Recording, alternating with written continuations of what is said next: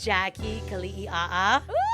Hey, yes. Hey, she did it right. I got it You right. got it. Boom, boom, boom. You hit I all had the to. vowels. Boom. People, we are introduced by too many white men, Yes. and I needed to represent the, non-Anglo names I'm down. correctly. Love it. The point of this show. Okay. Mouthful. Keliiaa. There we go. Ooh. You just did a spell. Keliiaa. It sounds like, honestly, I'm waiting for like the beat to drop because I feel like, Keliiaa. Like, I feel like I'm just going to say that in the next time I'm getting turned. There I'm we just going go. to start saying your name to a beat.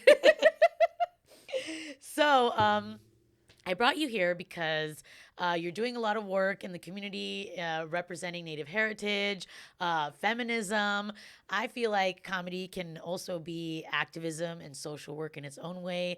And so I'm just really interested in the work you're doing. So I just wanted to give you space to just, tell us a little bit about yourselves before we dive into deeper things. Yeah, sure. Well, thank you first off for having me here. But yeah, I'm a comic. I'm a producer. That's also a big part of the work that I do. Is I started producing shows, all women stand up shows, Amazonians, which you were on our show. Thank you so much for being there, and then kind of moved into Good Medicine Comedy, which is like an all native lineup, which to my knowledge is the first and only in the Bay Area, which is fucking awesome.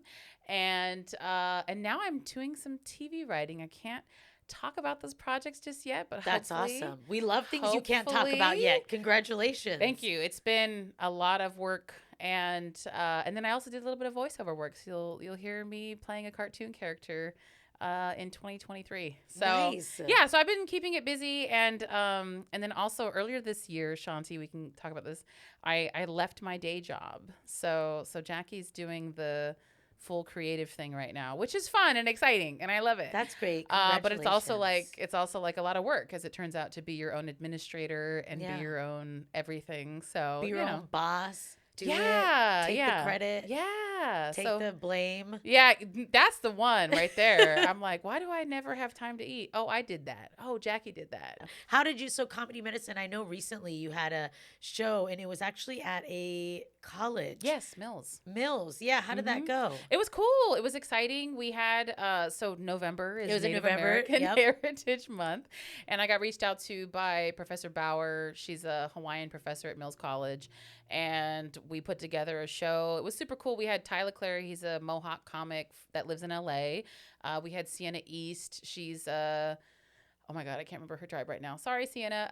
But yeah, she's also a comic in LA. And it was so cool because there's an aspiring comic, a young Native woman here, an alum from Mills College that has dabbled with comedy. And I was like, girl, you want to do a guest set? She was like, are you serious? And I was like, yes. And so I love that, like, we're giving her a supportive space where people are going to get her jokes. Yeah. You know what I mean? And then also just the opportunity to be in front of a crowd, So that was fun. I loved that. And I really like seeing that. You don't see that cool. often. Just No. like a bunch of Native identities together on a show. It's usually, you see so many other groups. They have their group shows, whatever it may be, Yeah. But I don't see many Native shows. So it was really nice to see that. I was excited. Yeah, it's cool. And like what I love about I've been producing like all Native lineups for a couple of years now. And what's so cool about it is that it's just everybody. So like we've got gay comics, we've got older comics, like folks that are considered elders. We've got comics that are moms, comics that are like fuck kids. You know what I mean? Like and it really is an opportunity for the audience to experience a variety of multifaceted Native identities all at one time, like a thing that you wouldn't necessarily get ever anywhere else. Yeah. And it's so cool because it's like, this is our way of telling our story as opposed to like Hollywood and all the BS media telling our stories. So that's what I've like totally loved about the whole project of Good Medicine, is that it's just a variety of diverse voices just being Indian. And any of our jokes, regardless of whether or not we talk about being Native, are Indian jokes. Yeah. Yeah. And I think that's really important because there are so many diverse living Indigenous experiences that people don't know about, and not one experience is the same as another. No. And the Native experience is not monolithic. And I think those shows where you're talking about different types of women and people and all that is really important so we can better understand.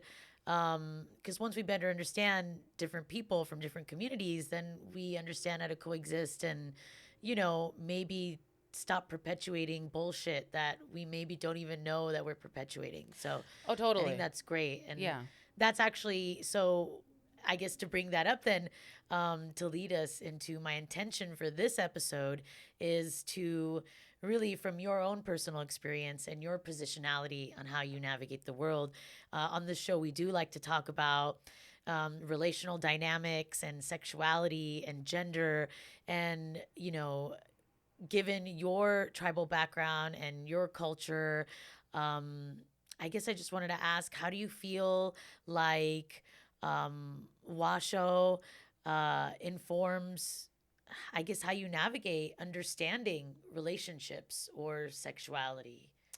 Yeah, so I'm Urington Paiute and I'm Washoe, and my tribes are from Urington, Nevada, and also like the border. My Washoe side is like the border of Tahoe and parts of Nevada too. And I think for me, like first and foremost, I'm an urban Indian. I'm born and raised in Hayward, super Bay girl. Like I don't realize how Bay I am until I leave it, and people are like, "Damn," and I'm like, "Oh, They'll really?" even in the Bay Area, like they'll be like, "Are you from the East Bay?" Yes, they'll And be they'll be like, like, "Oh." "Are you San Leandro?" Like they'll Ah! get so detailed. I'll be like, "Yeah, I'm East Bay," but that's so wide. But then even then, they'll be like, within Mhm. miles of Yes. where I'm from because Union City, Hayward, Yes. like we are We're like right right here, there. girl. Yes. Earlier I was like, what high school do you go to? I was like, I went down the street, like we Yeah, right. literally went to high school. Logan. Yeah, exactly. I was like Mount Eden, Monarchs. I used to play your tennis team. Oh my God. I used to play. Actually, I don't think we ever played you guys. You guys were better than us. We So, had a lot of Asians. That's why we're we like were all these Asian people on the terrible. tennis team. We had a lot of Latinos on our soccer team. That was like, yeah, but we were a terrible team. I remember one time they took us to Bishop O'Dowd and we got our asses beat 10-0. It Yeah, was Mission was embarrassing. the one that used to beat our asses. Mission Oh, off Mission. Mission. Yeah.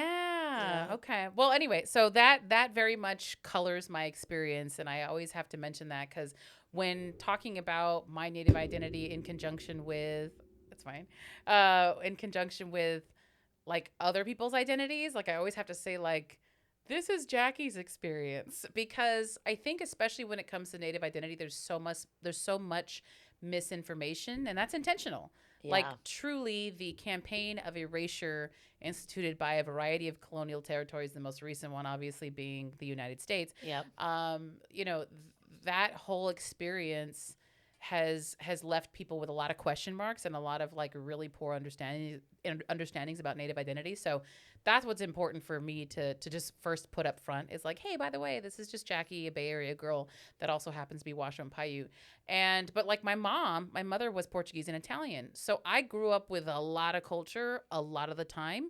My mother's side of the family was Catholic. Mm-hmm. And I think it's really cool because my grandma was very different. I think she was born far before her time almost, but like I remember one time there's a picture of Jesus in her house, total classic Portuguese Italian household. Yes. And I said, Grandma, is that Jesus? And she was like, or I said, like, Grandma, is that what like he looks like? And she goes, no, that's not what he looks like. He could be anything. And I kind of Yeah. liked how she had a much more sort of less rigid idea. Yeah. And then also she has like my grandma had um, a lot of grandchildren who had kids young. My older sister's gay, and grandma accepted and loved all these people. So I'm very fortunate that I didn't have that crazy oppressive Catholic environment that I know Yeah. some of my friends did growing up. And our family, a lot of our Catholicism actually was the expression of the saints, the women saints in particular. Yeah. And I liked how it was such, in my family anyway, it was such a women identified thing. And I was like, oh, Jesus, what about Fatima? You know what I Yeah. mean? Like, Yeah. what about Mary? Like, what about Guadalupe? Like, there was all these, like, it was like, Jesus was cool, but like all these other women are doing bomb shit. You know what I mean? Yeah. And so that's what I would say was a benefit. But of course, it still comes with its bullshit, because it is still Catholicism at the end of the day. So there are a lot of norms that are just drilled into you at a young age about shame, sexuality, that kind of stuff. And then my dad's side of the family, My grandparents both are from Nevada, and they both went to Stewart Indian Boarding School in Carson City, Nevada. There was this whole project by the federal government to educate, I'm doing quotes, Native people.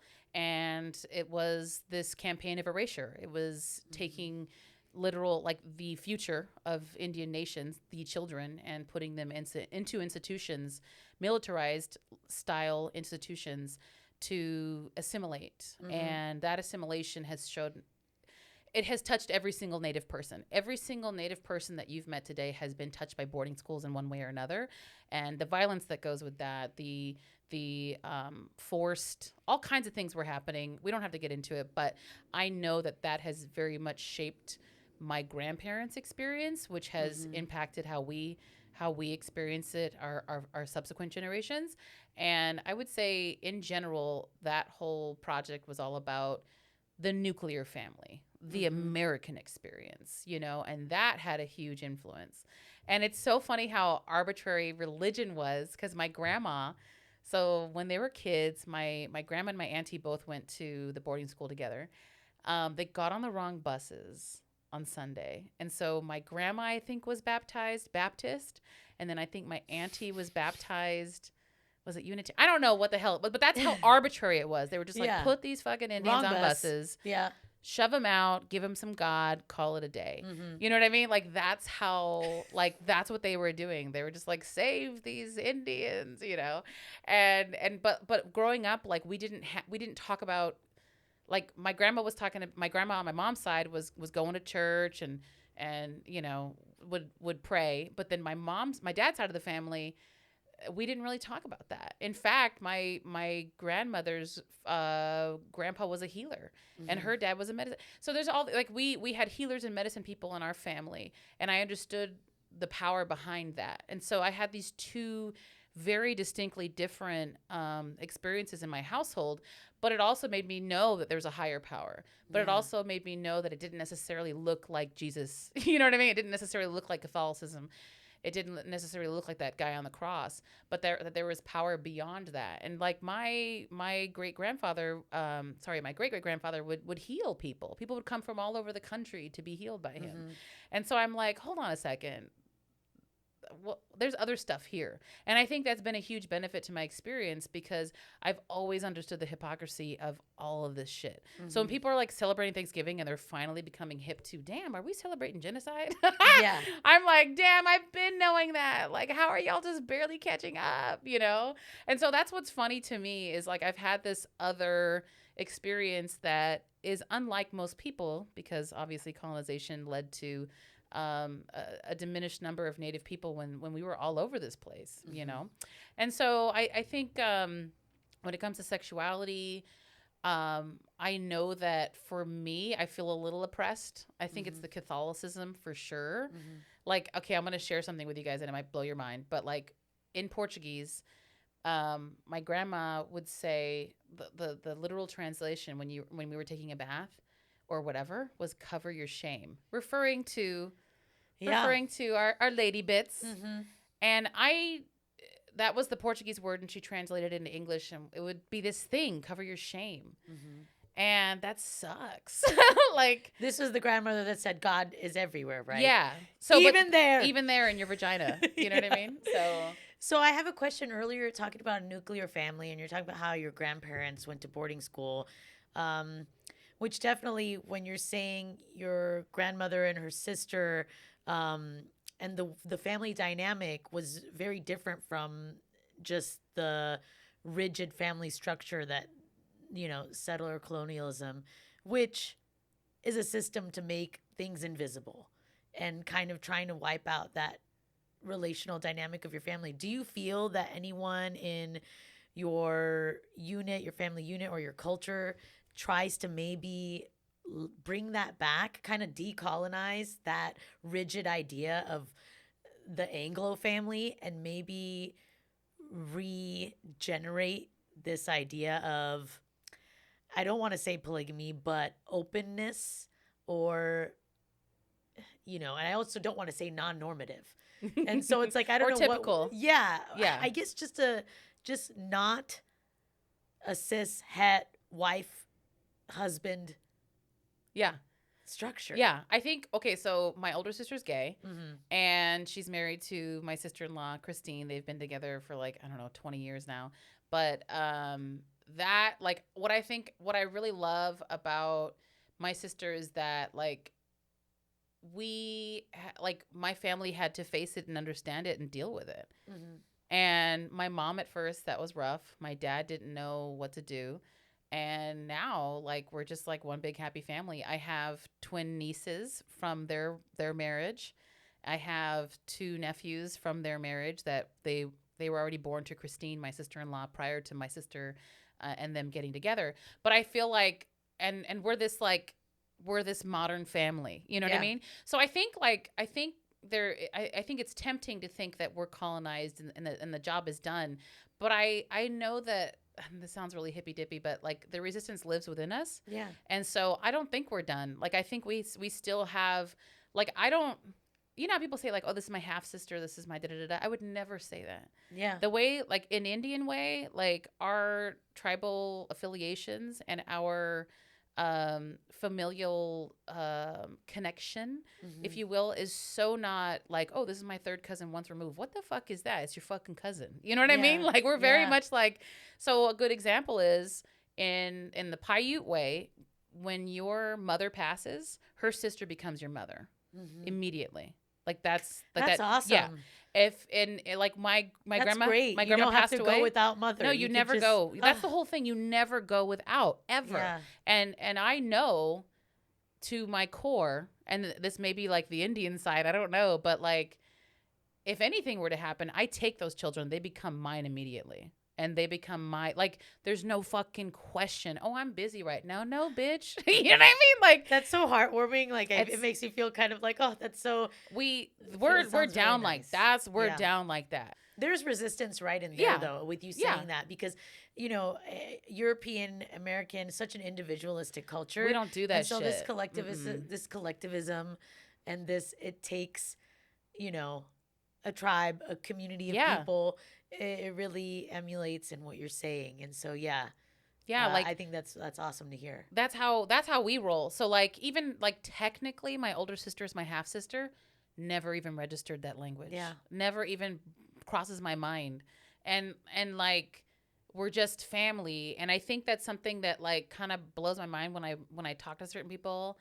I'm like, isn't that just your sister then? You know what I mean? Like, Yeah. for me, I'm like, what? So, a good example, my grandma and my auntie, they were growing up in Nevada at age, I want to say 6. My grandma was like 6 years old. Her mom passed away. And she went immediately to live with her aunt. The Paiute word is Pito. So her Pito raised her, and her Pito raised all the kids. I mean, she raised all the kids that, for a variety of reasons, didn't have parents. And it was an unsafe, violent place to be if you were a Native person in Nevada in the early 1920s. I mean, it was fully unsafe, sundown town. They had an alarm that would go off. Native people could not go outside. It was very, it was a labor environment where there were ranch owners, typically Germans, like Kaiser's a big name out there. And then the Native people would work for those farms and those families. And so that's how it was set up. You know, it was very segregated. Native people couldn't go into restaurants. If you were to order food, you had to go to the back door to get it and take it away. You couldn't eat in the restaurants. You know, that kind of, like, people don't get that also was happening to Native people in America. And so I remember, like, my grandma just talked about how they were raised in this little house. It was just one house, and it was all the kids, you know, and everybody was taken care of, and that was how it was done, you know. And so cousins were like siblings almost, you know. And even my grandma, like my great grandfather had a couple families. My grandma was one set of, you know, his children, but he had another wife, you know. And so, and that's another thing too, like, it was a less rigid definitions of family makeup. So, like, I have a great relative who was married, who her and her sister were married to the same man, you know, and they all had kids. And it wasn't like bad or you know what I mean? Yeah, it wasn't yeah. like creepy or anything like that. It was just Because like, that's the colonizer's way, is to stigmatize anything that's different from the structure that they think it True. is that. Yeah. But I don't necessarily think anyone's like like working to make it different. Because I will say, okay, Shanti, like I am definitely a monogamous person. Like Yeah. I've Damn it, Jackie. All right. I You're know, going to should I- talk the game. You need to have 2 husbands. I know. I do need 2 husbands. I need you to have 2 Mhm, husbands. mhm. I need you to have 2 husbands, a wife, and And 3 kids. 3 kids. One with each of them. And, you know, yeah. And a lover. I And a do. compañero. There we go. I want to do that. And a girlfriend, and a girlfriend too. I gotta Yeah. have a girl. You gotta have a All girlfriend. of them. Yeah, yeah. Yeah. You need Yeah. all of it. I mean, you know what it is? So that's where I know We have to challenge the norm. this is resistance. Me Yes. having all these partners. I just know that I couldn't do a good job of it. Like this is, you know how they say like I would love a dog, and I just Yeah. know that like I ain't gonna get up when it's raining. No, I'm it's not- because you're allergic. You ain't allergic to love. Damn I know, it. but I'm just like here. I got this husband and I got this girlfriend. I can't do it both. You know what I mean? Like Yeah. I think, but I'm also a jealous person, Shanti. Yeah, Like, I've realized that about myself I'm too. jealous. I'm jealous too. And, you know, just to add on, we want to challenge these pre-colonial relational dynamics, like you're saying about having multiple spouses, Mhm. or in Indian culture, threesomes and things like that, Kama Sutra wise. Mhm. But then when you talk about jealousy, which is something that could be created by the colonizer, maybe to help keep us in these marriages and with our one partner, because they say we're meant to be with Yes. lots of people. It's biologically not, we're not biologically meant to be with only one. I guess that's what they've said. But I also get jealous. I wouldn't be able to. No, I don't couldn't. know. So you just made me think about something because, you know, Western ideologies, you know, very much supported by European, all this stuff is all about individualism, right? And tribalism makes it so that everybody's kind of got a responsibility and everybody kind of has a role. Yeah. And everybody, like I said, is taken care of and part of a community, no question. I Unless you don't fuck think- up and then you get banished. But Individual societies are not like that. right. And so I think that's where monogamy and nuclear family comes into play because it's like, okay, you're an individual, you floating out here. Oh, you want those bills to go down? You better get you a partner. Yeah. Oh, you want some tax breaks? You better get you some kids. Yeah. So the capitalistic system also creates an environment in which you have to rely on that one other person in order to fucking make it in this world. And you have to kind of assimilate to this settler colonialism mentality, which is to erase these other ways of thinking. Yeah, and I think, but I will say, like, I know, like, as much as I understand what things used to look like back in the day for my family on my native side, I also understand that, like, they were in different circumstances. You know what I mean? And so I get, like, I don't know the full reasoning why things went the way they did, but I do understand that it was done differently, and it allows me to think, okay, what could Jackie do right now? Yeah. And knowing that things can be done differently, how could I do it? They didn't have Instagram back then and shit. This No, you social know media be what? putting a damper on relationships, Oh, you know? my Like, they weren't God. able to just be on their phones looking at No. hot Like, girls' oh, look at this bikini bitch. pages. Mhm. Yeah. Oh my God, I haven't been in a relation. I have not been in a relationship in so long. I'm like, oh my God, that's what they're fucking doing, isn't it? Honestly, I encourage, a little part of me is like, if you see it, I see it. It's okay to see it, I think. Oh no, I mean, I'm out here double tapping on these fucking hot ass women. I mean, you know, I think that's great to see it. But yeah, sorry, I lost what we were saying.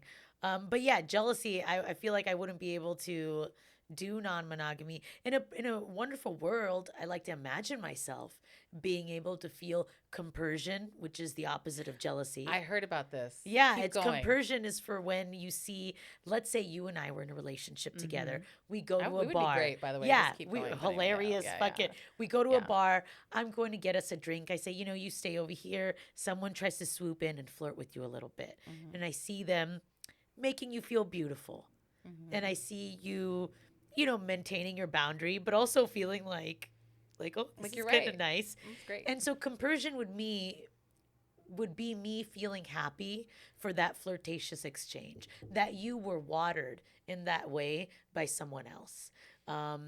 It could also go to levels of being sexually pleased by someone else. Yeah. Like, I'm happy for you and your sexual pleasure from someone else.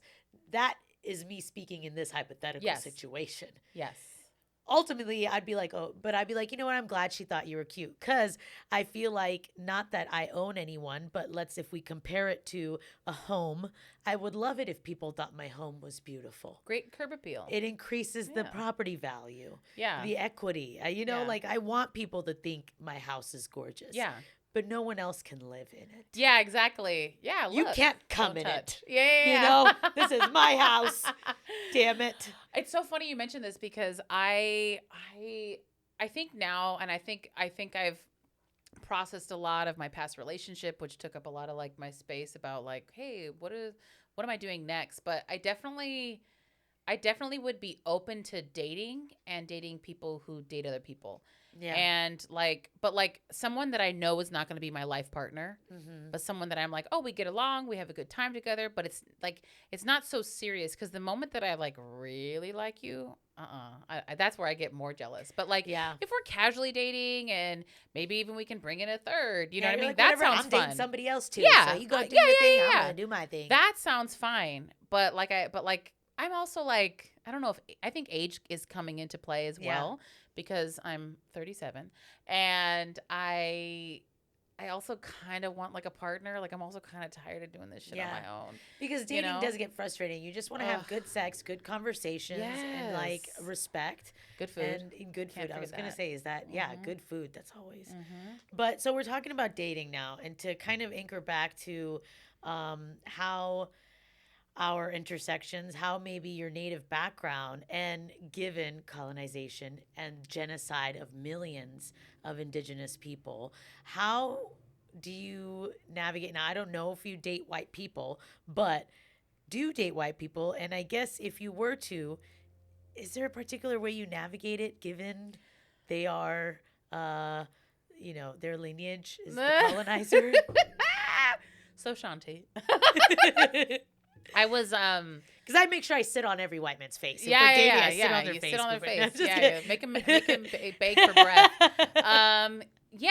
Okay. So this is so funny. So I grew up in Hayward. I grew up around a lot of POC, and I my first ever boyfriend was Mexican. Like hella. Like I remember just like being around a lot of POC, and then somehow I ended up dating a couple of like white dudes, one after the other. Yeah. And I was like, what? And the last like major relationship that I had, I was engaged to an Englishman, and it's in the beginning. That's our colonizers. An Englishman. Well, they're technically ours too. Oh yeah. They're everybody's. They just like flipped around and became American, but they go. were British to start, and they were rebels. Okay, I'll stop. But we're like, my colonizer. No, he's my colonizer. Yeah, exactly. The call came from inside the house, and but yeah, and so I remember there was a lot of novelty with it, and this is the thing, I was so embarrassed because like back when we were dating, it was like 2011 through like 2015. We dated for a while. And all my material was about our relationship, Shanti. And once we broke up, I was like, holy fuck, I don't have any more material that's like not about, that doesn't center him and our relationship and the like Pocahontas John Smith of it all, you know? Because I did think it was funny that these two people got connected in the first place. But then I started to realize, and this is something that's taken some good therapy to figure out, in some way, I think I thought he was safe, if that makes sense. Do you understand what I mean by that in terms of white men? It could be safety in regards to stability. All kinds of ways to be safe. Safe, Things you know and understand are the expectations. You know, if it's a different culture that is different from yours. Yeah. It's like, how do I navigate that? So I was like, I look back at it and go like, what the fuck was I thinking? Like literally I laugh at myself now going like, there were just absurd moments in our relationship where I was like, oh, this is not meant to be. Yeah. And like his dad was like a big Western guy. Oh, great. Yeah. And so when I got to the house, there were a lot of figurines of Indians. I mean, like totally God. Yeah, like the bow and arrow and like the God. scene, the papoose. And they were all from like orientaltradingcompany.com. And there was the dad was gifted a headdress for his birthday. My God. Yeah, there was this like really weird romanticization happening. Did you feel any fetishization? I mean, like I was like, as soon as I saw his figurine collection, and I started like kind of like our relationship, we were engaged at this point and things were coming together, I go, oh, I'm part of the figuring. I'm part of the menagerie. Yeah. Aha. Ah, you know? And I was like, oh, this cannot be. Like, this is just everything that I'm against. Yeah. And at first I didn't think it was a big deal because he was like, it's not a big deal. My dad just like grew up watching Westerns. But then I was like, this feels icky now. This But also feels to get maybe not out. think it's a big deal is also a little bit of a kind of diluting that this is kind of a big deal. It's a big deal. I don't know if it was like we were in love and we were like having this international sort of love affair, and so it felt exciting and fun because every time because we lived in different places, and so whenever we connected, it was always vacation time, you know. So we never really got to take a hard look at the differences, but culturally we're completely different. Number one, I'm fucking loud and opinionated, and number two, like English people are very like when I moved there, I was like, oh fuck, I am loud, like. I like this. Just the general decibels in my life went down. I did a semester abroad in England, and I was like, "Fuck, I am loud as fuck." You're like, right I'm a now. loud ass bitch. And right when we talk about loud, the dog is over here. I'm loud too. He's just like his mother. But like I dated this white man, and so since then I haven't dated any other white men. Like I kind of was like, no, you know, like I'll run into them on apps, and for a long time I was like, get the fuck out of my face, you got to go away, right? I can't do unless this. unless it's like guilty until proven innocent for me. I'm like, do you have the feminist consciousness but also the consciousness of your privilege and the oppressions that I may face that are different from yours, and do you actually empathize with them, or do you try to just glaze over them? But that's, I think, when it comes to dating a white man, if I were to, he would have to have those consciousnesses. This guy did not have those. And that's what I want to. Yeah. Like I realized at the time when we first started dating, like, I don't know, I've also come to realize that I want to date with more intention now. Yeah. And I want to be more thoughtful. And so you just even listing off, these are the types of things that I need you to be down with in order for even us to start something. Yeah. Like I wasn't asking myself those questions. And like I got into trouble because when I was there in 2015 and it was their election, this motherfucker was a Tory, which is the Conservative Party. Wow. And I did not know that until I put that fucking ring on. And I was like sitting there like, wait a second, what? This is when they were deciding on Brexit, okay? Yeah. And I started to take a look at the family, and I started to look at, like, their humor was very misogynistic, like how dumb women are. Yeah. And I was like, okay, I get that you're not really being serious, but you say it so much it feels real. Yeah. And then also just the general, like, politics. You know, like I'm like an ethnic studies major from Cal. Like there's, and then just who I am as a person of color who navigates the world. I was like, what the fuck was happening there? There were just so many, like once I moved there, it was like clear eyes. You know what I mean? Like all of a sudden I was like, everything wait, was clear. What? Which, so now that you're saying, you have this loud energy, and also there was some misogyny involved with their humor, and earlier talking about your grandmother and your aunts and your mom, and I'm getting a very matriarchal energy and strength from that, which is maybe part of your upbringing. So how do you navigate this misogyny given the matriarchal energy you were brought up with? Like, and I already felt that with you being like, if anything to my sister, like I would. And so I felt that matriarchal energy come from you. I felt that strong woman, boss, lady. And I do it. Yeah. Person. And so I'm just wondering, like, I guess with dating and, notions of matriarchy being a part of you. Yeah. And misogyny being a part of this damn world. Yes. I guess, how do you navigate that? Like, what things stand out to you where you're like, this, I'm not going to, because I want to be the matriarch of this home, or maybe there's a dual way of doing something. Like, what are your thoughts on that? Oh my God, Shanti, how do we navigate the misogyny?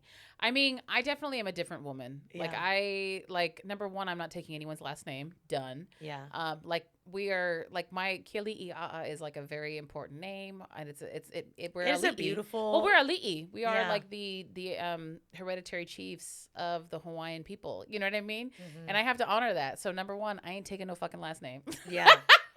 And then number two, like when it comes to roles, like roles and responsibilities. So here's the thing. This is where I have an internal tension because I do believe, and I'm saying this out loud, and I know like I'm like, oh, splitting the room here, but I do believe in, like, I do believe there are certain responsibilities that a man has, if that makes sense. And I think it's because I grew up with my grandfathers. My grandfathers both served in World War II. They were in the Navy.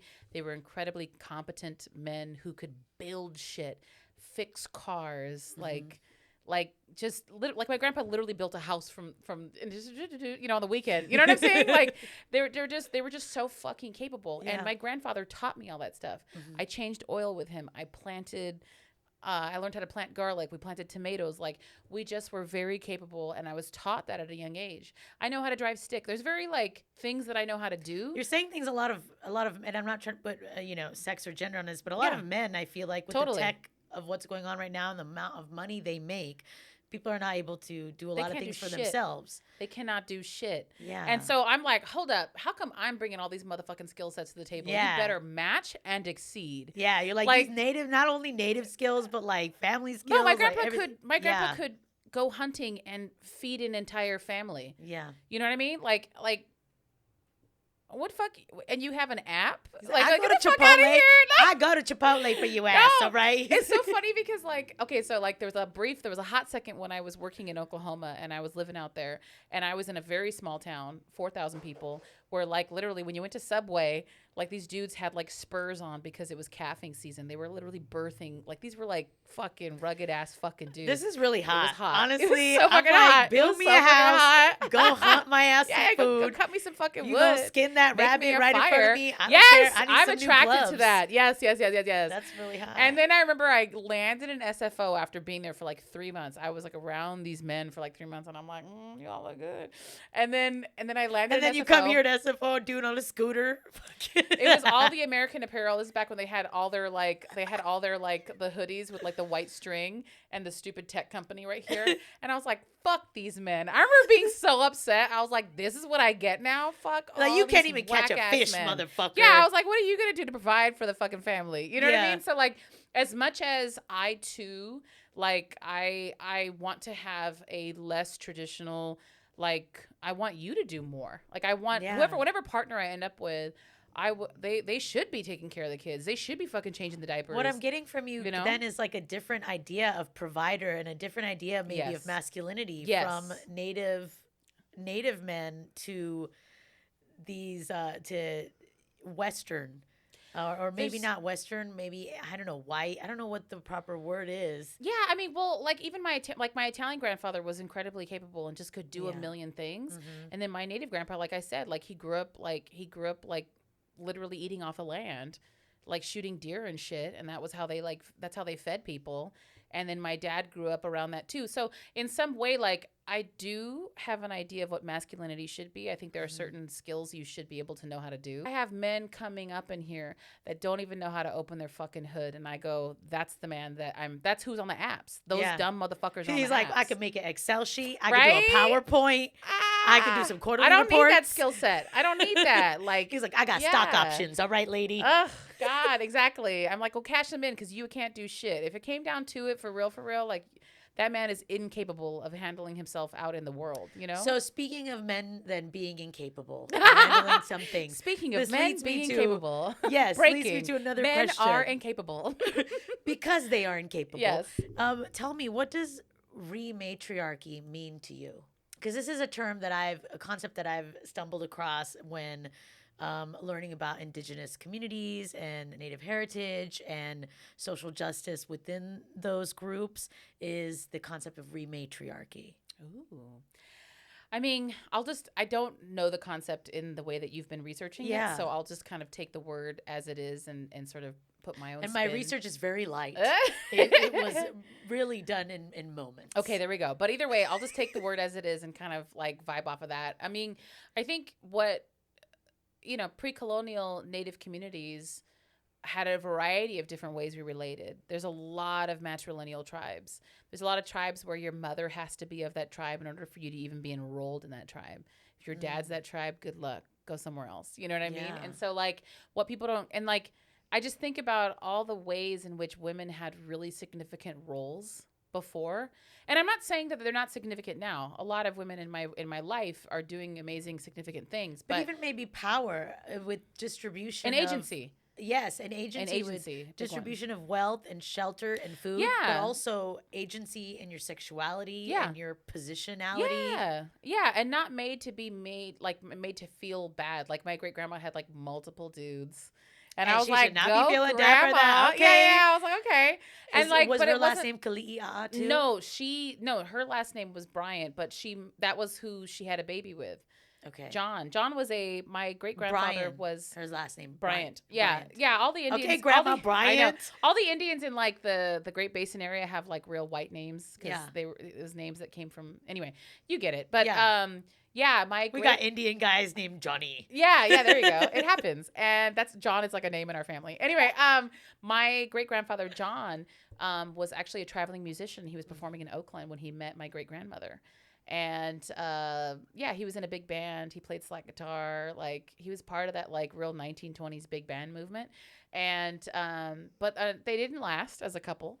And so my grandfather was, even though he's half Hawaiian, my grandfather was half Hawaiian. He was raised in Dresslerville, Nevada, raised speaking his language, doing all the cultural activities, knowing the songs, like very much Washoe. And it wasn't until he served in the military that he was stationed at Pearl Harbor and met his relatives for the first time. Wow. You know, and so like our Hawaiian side is important to us, but it's one that like I'm technically still reconnecting with. But whenever I go there and I flash my ID, I fucking get Kama'aina wherever I go. That's like the local discount. And then people just open the door. They're like, oh shit, Moana has returned. So we need to go. Because Moana is my spirit Disney princess because I'm half Fijian. And so okay. that Oh, Fijian you're vibe. Fijian? Yeah, I I'm did not know Indo-Fijian. that. Yeah. And so What? Moana's like, I was like, yeah, they have a princess my that's like me, you know. God. But That's I so love cool. Moana. But so a little thing about Native men though, thinking about preserving maybe, you know, the bloodline or the tribal authenticity or anything. So Yeah. do you find a lot of Native people try to date or marry or have babies with other Native people? Yeah. Or are they more open? Because I know with some like certain tribes and indigenous communities to preserve the bloodline, like Maori tribes and things like that, you know, people want to stay within the tribe. But also sometimes I'm like, these dudes are so fine. Like, do I not like have a Maori chance? dudes? I'm like, do I not have a chance because they want to stay within the tribe? That's No, you have a chance. that's pretty much what I'm saying, girl. You're Not just to you have fuck. a I'm talking about chance. to marry. You know? I mean, some of those dudes are so fucking hot. So I did study abroad in New Zealand. I was out there for 6 months. New and I was Zealand is like, where I want. "Damn." Right next to Fiji. Yeah. I'm telling you, New Zealand is like I love that that haka place. dance. That's the man. That's the man. That man can change a battery, change That- the brakes, change his oil, and fucking do that. Yeah, Yeah, yeah, exactly. Yeah, the tongue action. Sorry, Sorry, and then sorry, they not to hit be their disrespectful. chest and Sorry, shit. y'all. Yeah, They yeah. hit their chest. I'm like, oh my god. No, it's hot. I mean, so when I was there were all these really fucking hot dudes where I was like, holy shit, and their thighs and just anyway, yeah. So we're getting off on a tangent here. Yeah. But I mean, they're definitely we're all just like, oh, naughty men. Islander men. Anyway, Yeah, all of them. it's really Islander. Polynesian, They all know how to Polynesia. They all know how to hunt, use a knife, Yeah, fucking build me a fucking canoe. Let's go. climb that tree, get me a coconut from the top. I want the Break highest it open for coconut. me. I want the Break beat. that shit open like you about Yeah. to break my That's legs what I'm open. saying. Like I feel we are sexualizing. I know now. Oh fuck, I'm fetishizing right now. Oh no, but you know it's hot though. Like they know Okay. it. They know what they're doing. Did you see? Am Mr. I being Fiji? Did you remember- problematic? No, it's fine. Do you remember when they came out with the? It was the Olympics and like the whole Fijian dudes came out all Yes. oiled up. They know what the fuck they're doing. Yeah, we Don't- see with that sex Yeah, appeal. yeah, exactly. They know they're hot. Yeah. But yeah, I mean, okay, so like blood quantum is a big thing. We're not going to be able to get to the beginnings or even the ends of it today. But yeah, to be tribally enrolled, a tribe, so a federally recognized tribe, there are like 560 something in the United States. There are many more tribes, by the way. But there are many that do not have recognition. So I come from a tribe that has recognition, so I am enrolled. So I'm considered I'm considered an American Indian / Alaskan Native by the federal government, right? And so I am an enrolled member of the Urington Paiute tribe, and I have I have enough blood. I have a certain quantum of blood that allows me membership, and that membership is determined by the tribe. But every single tribe across the United States has their own metric. Some of them are descendancy, meaning all you have to do is have a relative on a roll, right? Okay, so it could only be one it could just be one Yeah, relative. So yeah, if yeah. I were to fall Yeah, in yeah. love and marry, and our child wouldn't be removed from being Oh, well, a it depends on member. the tribe. Damn it! It depends on the tribe because every single tribe is different. So some are descendancy. Some of them See, my luck, I'm gonna meet the guy from the tribe that needs that to has no. both You're gonna parents meet be one that doesn't enrolled. have any enrollment at all. You're gonna be like an I need aloni. that blood, girl. I need that blood. But like, I mean, and but then there's also like, okay, there's a minimum of like a quarter, or there's a minimum of a half, or and I don't, again, like, this is such To preserve the bloodline, to preserve that. I mean, so that's the question, because blood quantum is actually a tool that was created by the federal government. So we can only assume that it's unholy, right? We can only assume that it's used as a tool to dismantle tribal communities. So when you don't have enough blood to be enrolled, now you are no longer considered "quote unquote" Indian by the standards of the federal government. So you're telling me I can help decolonize this system by having sex with someone and having their child, and if they try to say that the child maybe is not a member because it's 1/4, I could be like, we're decolonizing the system that was created by the colonizer. Yeah, you can. Yeah, there you go. Yeah. You can argue. Fuck it. for You can argue. resistance. You can argue. Yeah, exactly. You can argue in tribal court and see if they'll hear it, and they'll do it. But like, so for me, like, I would my child will be enrolled regardless. Yeah. But their children, I don't know, and that depends on who comes into play. Yeah. If they decide to have kids with an Indian person. So, for example, I'm a Bay Indian, and so there's hella Indians out here in the Bay Area. There's like this, okay, this is like story time. There's this thing called the Urban Indian Relocation Act of 1956. I think it's 56. And it was a tool that like sent Native people from reservations to urban centers. So the Bay Area has a ton of Indians that, like, just because people intermarried and kind of hooked up and shacked up, there are people here who have like 6 different tribes. Yeah. You know what I mean? And so like that could happen. And unfortunately, again, it's about enrolling in a single tribe. And so like, I'm like, oh, cool. I could go have an Indian baby with an Indian man, but it doesn't necessarily guarantee that I will be able to have tribal enrollment, you know? And so that's where like people definitely do intentionally try to date to get Indian children. But for me, I'm like, I want to be in love. Yeah. I mean, great. You want to have a love marriage? Great. Yeah, exactly. I'm an asshole who wants to have a love marriage. I don't want to. They're like, oh, you should be continuing the native lines, you asshole. Go take your blood and do something with it. And I'm like, nah, I just want to fall in love and have someone take care of me and change my batteries. And yeah, you know what I mean? That's what, a true matriarch. That is what a true matriarch, like your grandmother would say, you know, loves and So I mean, for me, I think like I get why people do it, like wanting to be intentional about like keeping the bloodline going of Native people. I totally get it. And at the same time, I also know, like, I've only dated a handful of Native dudes. And because I know everyone who grew up out here, I'm not dating any of these dudes. Yeah. So we've talked about different ideas of masculinity and femininity, matriarchy, settlers, colonialism, fucking the white man, all the things, Native men. And I guess I like to sum up each episode and before I do that, if you're enjoying the episode, you should definitely subscribe to everything that's in the link below. But what I like to end these episodes with, so people can better understand how to love better different types of people. I guess if you can give a tip to me and our audiences, what would be a tip on how to love you better, or how to love someone who shares in some of your identity vectors, either they be one or multiple? How can someone love you or someone like you in that context better? Oh, that's such a great question. I definitely, like, something that comes up for me is that I do have an anxious attachment style.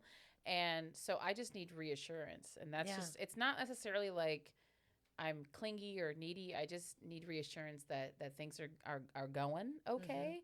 And so for the kind of person that loves me, I just need like check-ins. It can be, a text, it can be a hug or something just to let me know that you're there, because if I've definitely dated emotionally unavailable people, and I find when they pull away, that makes me feel awful. And I start to overthink and reconsider, and I start to go, oh my God, is something wrong with me? And it's their issue. It's their but issue. I start to think it's me. But it makes so much sense from what you shared, given how strong your family unit is, how close you all are, given that closeness.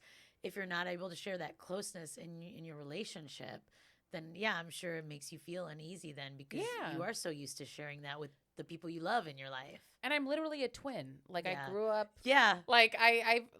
We're in the womb together. Like coming and going in this world is a group activity as far as I'm concerned. So I'm just so used to always kind of having someone around, and I've come to learn I've got to pull away from the emotionally unavailable folks and deal with folks who are available, and the ones that are available and interested, say what's up, check in. And then also my family is big on fart humor.